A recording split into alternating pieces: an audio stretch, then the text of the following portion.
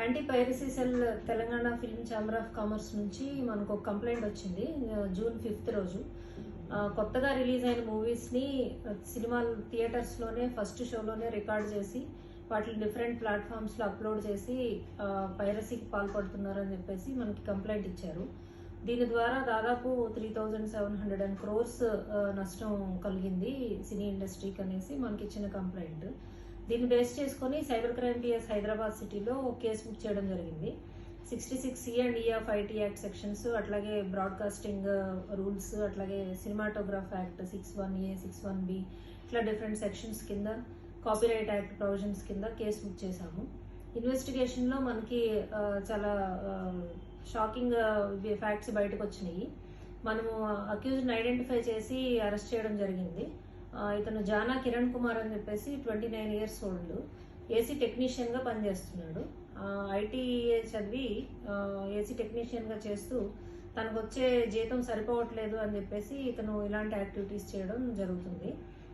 ట్విట్టర్లో 2 years back వచ్చిన ఒక మీమ్ని చూసి వీడియో రికార్డ్ చేసి కొత్త మూవీస్ని మాకు షేర్ చేస్తే మీకు డబ్బులు ఇస్తాము, హైర్ చేసుకుంటాం అట్లాంటి వాళ్ళని అనేసి ఒక మీమ్ చూశాడు.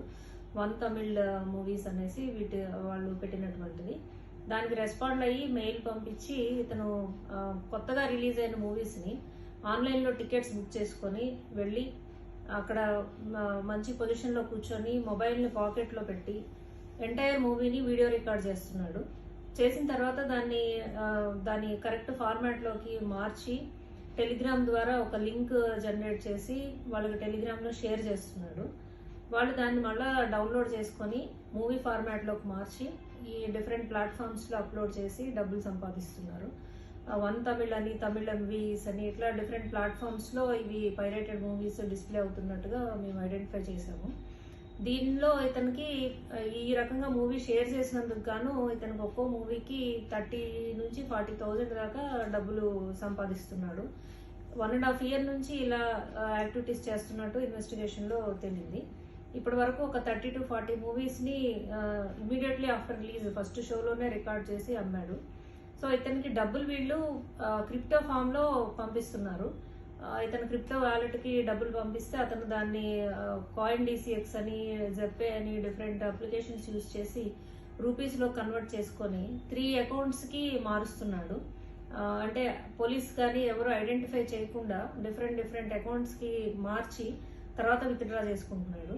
ఎవరు ఐడెంటిఫై చేయకూడదని మొబైల్ స్విచ్ ఆఫ్ చేయడం, ఇంకా డిఫరెంట్ టెక్నిక్స్ అన్ని కూడా ఫాలో అవుతున్నాడు. సో ఈ రకంగా ఇతను చేయడం ద్వారా పైరసీ చేసిన మూవీస్ని అమ్మి దాదాపుగా కొత్తగా వచ్చిన మూవీస్ అన్ని కూడా ఇట్లా అమ్మి వాళ్ళకి షేర్ చేయడం జరుగుతుంది. సో ఇతన్ని అరెస్ట్ చేసి రిమాండ్కి పంపించడం జరిగింది. ఈ సందర్భంగా cyber crime PS Hyderabad city నుంచి మా యొక్క విజ్ఞప్తి ఏంటి అని అంటే, ఇలా పైరసీకి పాల్పడడం అనేది నేరం. ఎవరైనా కొత్త మూవీస్ లేదా ఎనీ మూవీ థియేటర్లో without any licence or permission మొబైల్లో కానీ ఎనీ డివైస్లో రికార్డ్ చేయడం అనేది సినిమాటోగ్రాఫ్ యాక్ట్ సెక్షన్ 61A కింద ప్రొహిబిటెడ్.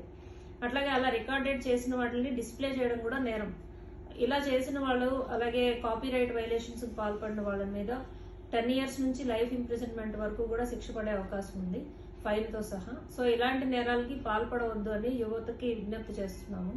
అట్లాగే ఇలాంటి చేసేవారు ఎవరన్నా చూసి ఐడెంటిఫై చేస్తే సైబర్ క్రైమ్స్కి ఆర్ లోకల్ పిఎస్కి కంప్లైంట్ ఇవ్వాల్సిందిగా విజ్ఞప్తి చేస్తున్నాము.